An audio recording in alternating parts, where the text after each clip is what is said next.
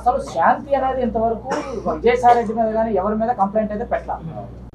మేమందరం కూడా దళిత బహుజన గిరిజన సంఘాల తరఫున గిరిజన బిడ్డ అయినటువంటి మదన్ మోహన్కి సంఘీభావం తెలుపుతూ మరి రాష్ట్రంలో ఒక పెద్ద సంచలనమైనటువంటి విషయంగా టీవీలో డిబేట్లో నడుస్తున్నటువంటి ఒక గిరిజన కుటుంబానికి సంబంధించిన అంశం మీద మేము ఆ కుటుంబానికి సంఘీభావంగా ఆ కుటుంబాన్ని రక్షించడం కోసం మేము మద్దతుగా ఈరోజు ఈ ప్రెస్ మీట్లో ఉన్నాం. ప్రధానంగా దీనిలో విశాఖపట్నంలో ఒక గిరిజన యువతి ఆమె అసిస్టెంట్ కమిషనర్ ఆఫ్ ఎండోమెంట్స్ శాంతి అనే అమ్మాయిని ప్రలోభ పెట్టి అడ్డం పెట్టుకొని విజయసాయి రెడ్డి అని ఎంపీ 1000 కోట్లు సంపాదించాడు. అసలు విషయం ఇది. ఒక గిరిజన యువతిని ప్రలోభ పెట్టి అడ్డం పెట్టుకొని ఆమెను బెదిరించి ఆమె అధికారాన్ని అడ్డం పెట్టుకొని 1000 కోట్లు సంపాదించాడు భూదందాలతోటి. ఏ విధంగా అంటే అసిస్టెంట్ కమిషనర్ ఆఫ్ ఎండోమెంట్స్ అంటే దేవాదాయ భూములు, ధర్మాదాయ భూములు, ప్రేమ సమాజం భూములు వాళ్ళ ఆధీనంలో ఉంటాయి. ఆ ప్రాంతంలో మనందరికీ తెలుసు 3 రాజధానుల డ్రామాతో గత ప్రభుత్వంలో విశాఖపట్నం వాళ్ళు కేంద్రంగా ఎంచుకున్నారు. అక్కడ ఉన్నటువంటి భూములన్నీ వాల్యూ బాగా కోట్ల రూపాయలు వాల్యూ చేసే భూముల్ని 33 సంవత్సరాలకి, 66 సంవత్సరాలకి, 99 సంవత్సరాలకి విజయసాయి రెడ్డి తన అనుయాయులకి ఈ అసిస్టెంట్ కమిషనర్తో రాయించుకున్నాడు. లీజ్ అగ్రిమెంట్లు రాయించుకొని ఆ భూములన్నీ అమ్మేశారు. 1000 కోట్లకు పైగా భూములు సంపాదించారు. మహా అయితే ఎంతో కొంత ఎముక కూడా ఇచ్చుండొచ్చు ఈమెను ప్రలోభ పెడతానికి. కానీ ఈమెను శారీరకంగా ఇల్లీగల్గా ఈమెను ఉపయోగించుకున్నారు. బిడ్డను కూడా కన్నారు. తండ్రి ఎవరో తెలియని బిడ్డ ఈరోజు అక్కడ ఉన్నాడు. 1000 కోట్ల రూపాయల ఆస్తులు సంపాదించుకున్నారు. అటువంటి విజయసాయి రెడ్డి ఎంపీ విలేకరుల సమావేశం పెట్టి మొత్తం మీడియా అధిపతులందరూ తిడుతున్నాడు. అది విచిత్రం. ఈ రాష్ట్రంలో మీడియా ఏమో ఒక పక్క వాయిస్ ఆఫ్ ది వాయిస్లెస్గా ఉండి రాష్ట్రంలో నోరు లేని వాళ్ళకి గొంతుకులాగా మారి దళితులు, అణగారిన కులాల సమస్యలన్నీ బయట పెడతా ఉంటే గత ప్రభుత్వంలో ఈ విజయసాయి రెడ్డి ఏమో నేను చాలా ధర్మాత్ముడిని, ఈ మీడియా అంతా దొంగలని చేయబోయే ప్రచారం నిన్న మీడియా అధిపతులందరిని తిట్టాడు, విలేకరులను తిట్టాడు, వాడన్నాడు వీడన్నాడు, నోరు బారేసుకున్నాడు. జర్నలిస్టులను, సీనియర్ జర్నలిస్టులందరిని తిట్టాడు. అంటే ఇటువంటి విజయసాయి రెడ్డి అంటే 4th ఎస్టేట్ అయిన మీడియా అధిపతుల్ని, జర్నలిస్టుల్ని కూడా తిట్టినటువంటి విజయసాయి రెడ్డిని క్షమించడానికి వీల్లేదు. దళిత గిరిజన సంఘాలుగా మేమందరం తక్షణమే అతని రాజ్యసభ సభ్యత్వాన్ని రద్దు చేయాలని డిమాండ్ చేస్తున్నాం. తర్వాత రామోజీరావు గారు మీద నేను ట్విట్టర్లో ఆయన్ని వేధిస్తూ నేను ట్వీట్ చేశాను, నన్ను ఏమి చేయలేకపోయారని ఆయనే మీడియాలో అన్నాడు. కాబట్టి రామోజీరావు గారి మరణానికి కూడా అతనే కారకుడు. 306 కింద హత్యానేరం కింద అతని మీద కేసు కట్టాలి, అతను అరెస్ట్ చేయాలని కూడా డిమాండ్ చేస్తుంది.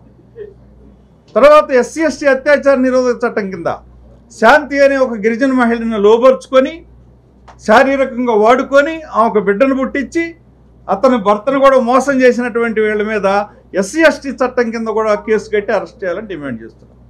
ఈ అంశాల మీద మేము పోరాటానికి సిద్ధంగా ఉన్నాం.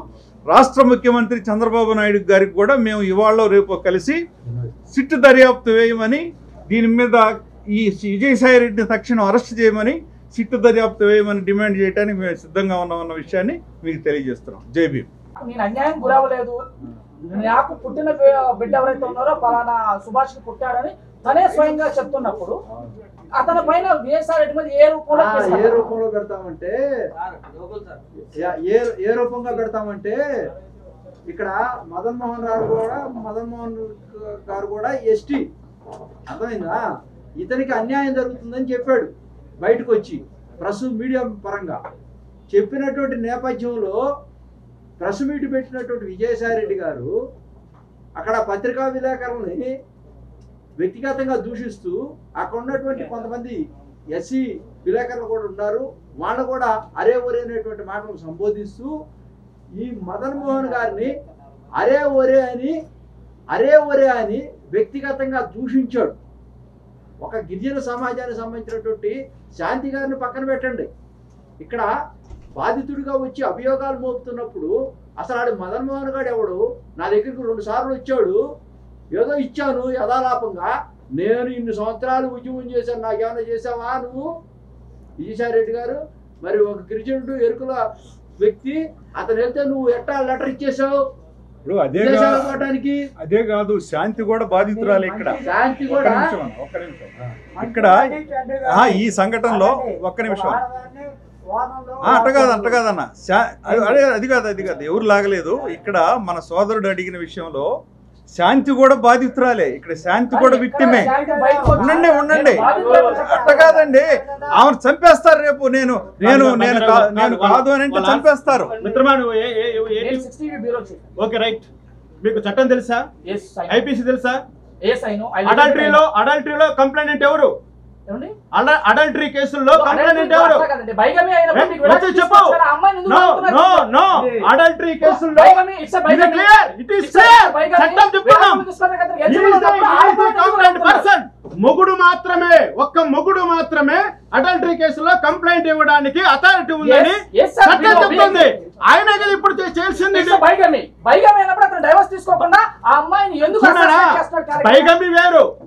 వేరు అడల్టరీ వేరు, రెండు డిఫరెంట్ అఫెన్సెస్. బిగమీ ఈజ్ రెండో పెళ్లి చేసుకోవడాన్ని బైగమీ అంటారు. అడల్టరీ అన్నదాన్ని ఇంకొకటి పెళ్ళాన్ని పక్కన పండుకోవడాన్ని అడల్టరీ అంటారు. ఈయన పెడుతున్నది అడల్టరీ కేసు. అడల్టరీ కేసులో కేవలము మొగుడు మాత్రమే కంప్లైంట్ ఇవ్వగలడు, మొగుడికి మాత్రమే అధికారం ఉంటుంది. ఇక్కడ స్త్రీ అన్న వాళ్ళు కేవలము సాక్షిగానే ఉండొచ్చు, లేకపోతే తను కంప్లీట్ గా చట్టం నుంచి మినహాయింపు పొందొచ్చు. ఇక్కడ ఇటువంటి అడల్టరీ చేసేటువంటి ఆడవాళ్లకు శిక్ష ఉండదు. అర్థమైందా? ఇది చట్టం. కాబట్టి మదన్ మోహన్ గారు నేను గిరిజన చట్ట ప్రకారం కుల పెద్దల్లో విడాకులు తీసుకున్నారు. ఈ విడాకులు గిరిజన చట్ట ప్రకారం చెల్లుతాయా లేవా? చెల్లవు. ఎందుకంటే మీకు కూడా తెలుసు కృష్ణ గారు, ఈ జాతుల్లో ఒక సాంప్రదాయం ఉంది. దొరుకుల జాతిలో ఏది పావుసాల అనేటువంటిది పెద్దలందరూ కూర్చుంటారు. అదంతా మోడా అనే దాంట్లో మనం తీసేసుకుంటారు, అది అయిపోద్ది. అది చట్టాన్ని ప్రశ్నించక ముందు జరిగేటువంటి అంశం, అది సాంప్రదాయం. చట్టం వచ్చిన తర్వాత చట్టం కనుక మనం ప్రశ్నిస్తే చట్టంలోకి వెళ్ళి డెఫినెట్ గా అది డిఫాల్ట్ అవుతుంది, అది అప్లికబుల్ కాదు. చూడండి, చట్టంలోకి రాదు. Morals are different with law. Morals is prevail in the community but not before the law. అంటే ఏంటి? మోరల్స్ అంటే ఈ విధమైనటువంటి సంప్రదాయాలని మనం మోరల్స్ గా సంప్రదాయాలుగా ట్రీట్ చేస్తాం. అది ఎంతవరకు కోర్ట్ ఆఫ్ లా ముందర ప్రశ్నించినంత వరకు మోరల్స్ ప్రివైల్ ఉంటాయి. ఒక్కసారి కోర్ట్ ఆఫ్ లా ముందరకు వచ్చామంటే నీకైనా నాకైనా ఎవరికైనా వర్తించేది ఐపీసీనే. మనమందరం ఇండియన్ పీనల్ కోడ్ నే ఫాలో అవుతున్నాం. ఈ రోజు చట్టం మారినట్లుగా మార్చుకోవచ్చునేమో కానీ డెఫినేషన్స్ మారవు. కాబట్టి ఏదైతే శాంతి గారు ఈ రోజు నేను మదన్ మోహన్ రెడ్డి అనే వ్యక్తికి 2016లో ఆయనకు నేను విడాకులు ఇచ్చేశాను, ఆయన నా భర్తే కాదు, ఈ రోజు పుట్టినటువంటి బిడ్డకు ఫలానోడు చెప్పుకోవచ్చు. కానీ చట్ట ప్రకారం వాళ్ళు ఇడిపోలేదు కాబట్టి, చట్టము వాళ్ళ యొక్క ఇడిపోయినటువంటి తత్వాన్ని గుర్తించలేదు కాబట్టి, చట్టం ఎప్పుడైతే వాళ్ళను భార్యాభర్తలకు ఎడగొట్టినట్టుగా గుర్తించబడుతుందో ఆ రోజు నుంచి శాంతి గారు సపరేటు, మదన్ మోహన్ గారు సపరేటు. ఈ రోజు కూడా టిల్ నౌ, ఈ క్షణం వరకు కూడా వాళ్ళు భార్యాభర్తలే. ఇది మనం గౌరవించాలి. ఒకటే కృష్ణ గారు, శాంతి గారిని మేము వ్యతిరేకించట్లే. ఇక్కడ శాంతి గారిని మా బిడ్డ ఈ కుటుంబాన్ని కాపాడాలనేటువంటి అంశంతోనే మేము అందరం ఇక్కడ కూర్చున్నాం. దీంట్లో నిజాలు నిక్కు తేల్చాలా, దీని మీద సిట్ అయ్యండి. ఇది ఒక సీరియల్ లాగా సాగుతా ఉంది, దీనికి ఫుల్ స్టాప్ పెట్టండి అంటున్నాం. కానీ ఎవరి మీద ఇప్పుడు శాంతిని చంపేస్తారు. ఇప్పుడు భయం బజార్లో పట్టేసి ఇప్పుడు శాంతి యొక్క జీవితం మొత్తం బజార్లో పెట్టారు. మేము శాంతికి మాత్రం ఏమీ చేయట్లేదు, కానీ మేము రాజకీయం చేస్తా అన్నట్లే ఉన్నది. కాదండి, ఇప్పుడు రేపు అన్యాయం జరిగింది కదా, శాంతిని చంపుతారు. మీరు అన్యాయం జరిగింది అంటే ఆ అమ్మాయికి అన్యాయం జరిగింది అనేది అన్యాయం చేసి ఉండొచ్చు, కానీ ఇక్కడ మీరు బదనాం చేసేది శాంతి జీవితం. ఎవరో బదనాం కావట్లా, ఇతని జీవితం కూడా ఉంది ఇక్కడ. మదన్ మోహన్ గురించి ఆలోచించట్లా, ఇద్దరు ఆడపిల్లల గురించి మాట్లాడట్లేదు, మీరు కుటుంబ వ్యవస్థ గురించి మాట్లాడట్లా, వ్యక్తిగతంగా శాంతి గురించి. శాంతి గారు కూడా ఈ కుటుంబంలో సభ్యురాలు కాబట్టి ఈ ఎపిసోడ్ లో తప్పక బయటికి రావాల్సిందే. సీత కూడా వచ్చింది, ఆ రోజున అగ్ని ప్రవేశం చేసింది, తప్పదు. త్రేతాయుగం నుంచి ద్వాపరయుగం నుంచి అన్ని కుటుంబాలు పెద్ద పెద్ద మా తాతల నేతలు తాగారు, మా మూతురు వాసన చూడన్నప్పుడు ప్రూవ్ చేసుకోవడం కోసం తప్పకుండా ఈ ఎపిసోడ్ లో అందరూ మాట్లాడాల్సిందే. అమ్మాయిని కూడా ఎందుకు కలుపుకోవాలి? ఏమండి మీరు వినండి,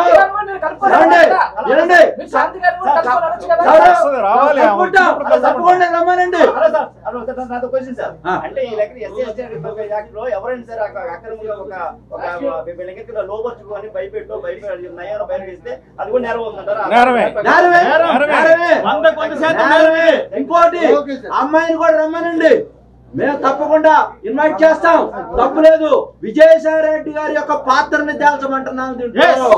మేము రాజకీయ కోణంలో చూడట్లేదు. ఆ అమ్మాయి మీరు ఇంకోటి అన్నారు కదా, మన విజయసాయి రెడ్డి గారు ఏమన్నారు, కమ్మ మహిళ అయితే మీరు ఇంత పెద్దగా మాట్లాడతారా అన్నారు. నేను మీకు ఉదాహరణ చెప్తున్నాను. ఎన్ఆర్ఐ నుంచి వచ్చినటువంటి చౌదరి గారు, ఆయన మాజీ ఒక టీవీ ఛానల్ కి అధిపతి, మేనమామ ఇక్కడ తీసుకొచ్చి చంపేశారు నందిగామ దగ్గర. తారా చౌదరి ఎవరో ఉంది వాళ్ళ మేనకోళ్ళు. ఆమె గురించి టీవీలన్నింటిలో కూడా చిత్రా చౌదరి ఆమె గురించి టీవీలో అన్ని కమ్మ సామాజిక వర్గాల సంబంధం లేదు. న్యాయం గురించి నెగ్గు తేల్చేటప్పుడు మీ యొక్క ఛానల్స్ అన్ని కూడా ఆమె గురించి పుంకాలుగా మాట్లాడి.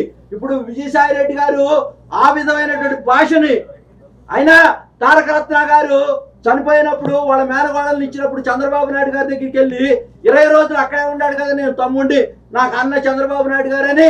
మరి ఆ కుటుంబంలో సభ్యుడే కదా, మరి కమ్మ కులాన్ని తిట్టాల్సినటువంటి అవకాశం ఏమొచ్చింది? నువ్వు అభద్రతాభావంతో ఉన్నావు కాబట్టి. మీడియా మొత్తాన్ని ఎందుకు తిట్టాలా? ఓకే, అభియోగం మోపాడు మదన్ మోహన్ గారు, నువ్వు ఆన్సర్ చెప్పు. ప్రెస్ ముందుకు వచ్చి నువ్వు వైట్ కాంగ్ అంటున్నావు కదా, టక్ చేసుకున్నావు అంటున్నావు కదా, నువ్వు ఎంపీవి కదా, నువ్వు తప్పకుండా చెప్పు. డిఎన్ఏకి రా. ఒకవేళ నువ్వు కరెక్ట్ అయితే ఈ సమాజం నిన్ను సిబిఐ ఎంక్వైరీలో కూడా చాలా మంది బయటకు వచ్చిన వాళ్ళు ఉన్నారు కదా నిజాయితీగా, తప్పేముంది? ఇది భారతదేశం, స్వతంత్ర భారతావనిలో అందరికీ చట్టాలు ఉన్నాయి. అభియోగం మోపినప్పుడు నువ్వు అభియోగం మోపితే దొంగ అంటే దొంగ అని ఎమ్మడి పడినట్టుగా ఉంది. మేము ఎవరికి వ్యతిరేకం కాదు. దయచేసి విలేకరులంతా కూడా మేము తెలియజేస్తా ఉన్నాం, పాత్రికేయుల్ని ఇష్టం వచ్చినట్టుగా తోలనాటం, ఆ అందరి గురించి మాట్లాడటం, హ్యాబిచువల్ క్రిమినల్ గా ఉంటాం, అసహనంతో ఉంటాం. దాన్ని మొత్తాన్ని ఖండిస్తూ ఆయన పార్లమెంట్ సభ్యత్వాన్ని తీసేయాలా ముందు, తర్వాత ఈ ఎపిసోడ్ మీద సిట్ అయ్యాలా, నిగ్గుదాల్చాలా, సాంప్రదాయాలను కూడా గౌరవించాలా, చట్టాన్ని గౌరవించాలని కూడా ఈ సందర్భంగా మీ అందరూ కూడా వేడుకుంటూ సెలవు తీసుకుంటాం. జై హింద్.